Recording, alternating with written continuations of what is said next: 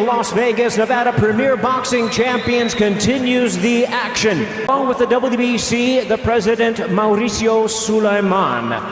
All right, fans, here we go. 12 rounds of boxing. Filling from Tagbilaran City, Bohol in the Philippines. Ladies and gentlemen, please welcome the Mark Magsayo Magnifico. Is fighting out of the red corner. Wearing blue trunks with white trim from Tlalnepantla and Atisapan, Mexico. He weighed in at 105 pounds. Ladies and gentlemen, please welcome the referee in charge now to give instructions, Kenny Bayless. Ring center. Okay, gentlemen, trunks are good on both sides. We went over the rules in the dressing room. Again, on the caution, keep this fight clean at all times, protect yourself at all times, and what I say you must obey. Good luck to both of you. Buena suerte. War. And Magsayo fights under Manny Pacquiao's MP promotional company. Manny takes a personal interest in his success. A good example, Joe Goose, in his placement on this card. Yeah. And the funny thing is, you got a Freddie Roach Ismael Salas matchup. Same thing as that. Absolutely, they will match up. It's a little preview.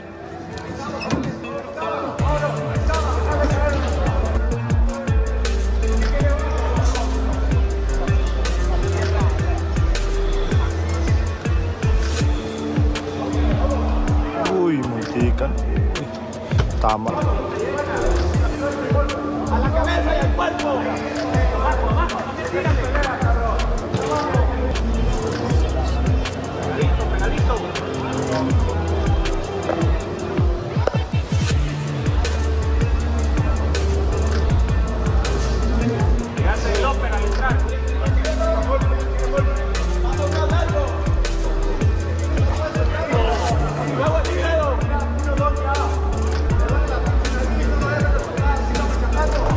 Uy. Uy.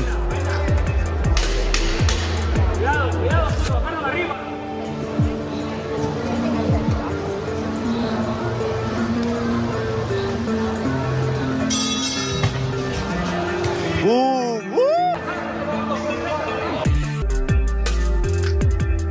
Lamang si Mark, mga idol, na may knockout na natumba ni Mark kanina ng round 3. Oy! Oy!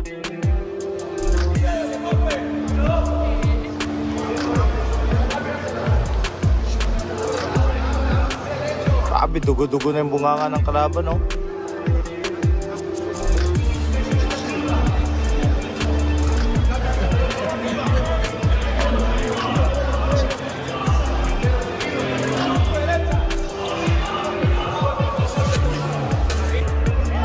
Nadadala.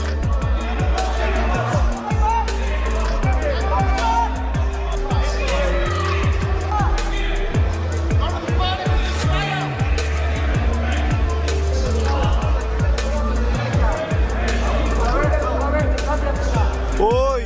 Sarap! Uy!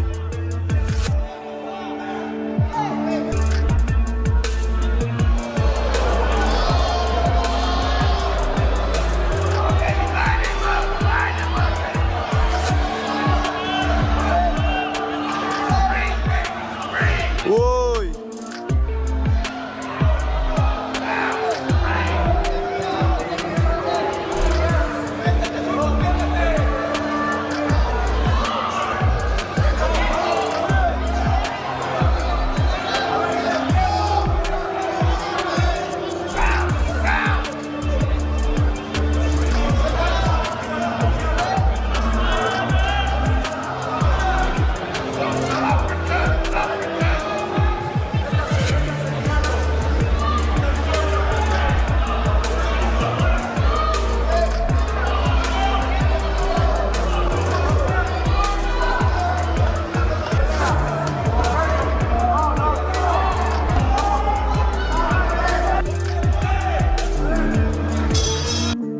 So ang bakbakan na ito sa pagitan ni Mark Magnifico Magsayo kontra kay George Mata Cuellar, kung saan ngay ang laban na ito ay magsisilbing hakbang na patungo sa tagumpay ni Magnifico sa kanyang boxing career. So ang tagpong ito mga idol ay para sa bakanteng WBC Continental American Super Featherweight title. So bitbit ng kalaban ni Mark Magsayo ang ring record sa 21 wins, 2 losses at 13 KOs. Nabase na rin sa laro nito mga idol sa itaas ng ring, ay aggressive fighter at maganda rin ang pinapakitang distansya na bago bumato ng suntok sa kalaban. So isa ring boxer na masasabi na rin nating patayan kung lumaban sa ibabaw ng ring. Dahil sa may dugong Mexican warrior ito, na isa sa tumalo rito ay ang dapat sanang makakalaban ni Magsayo na si Eduardo Hernandez, na sa tagpong ito mga idol ay tinalo si Mata Cuellar ng kanyang kababayan na si Hernandez via technical knockout.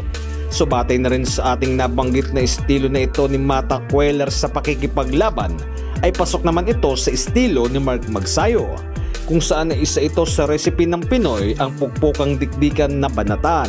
So kung hindi tayo nagkakamali mga idol na pagsumabay si Mata Cuellar kay Mark Magsayo, at kung magkamali ng kamadas sa Pinoy ay posibleng makuha nito ang impresibong panalo. Na ayon na rin sa labang ito ay kung sino ang mananalo ay magkakaroon ng pagkakataon na tumapat sa kampiyon na si Oshaki Foster na para sa titulong hawak nito sa WBC Super Featherweight title. So kung kaya't isa na rin itong mga idol sa maituturing na mabigat na hamon na para sa Pinoy fighter, kung saan ngay kung maipanalo ang labang ito ay magkakaroon ng magandang pagkakataon ang sa kanya ay naghihintay. Nabase naman mga idol sa nagdaang pahayag na ito ni Mark Magsayo ay hindi nito minamaliit ang makakalaban, na kanya lamang gagawin ang buong kakayahan na para manalo pagsapit ng bakbakan.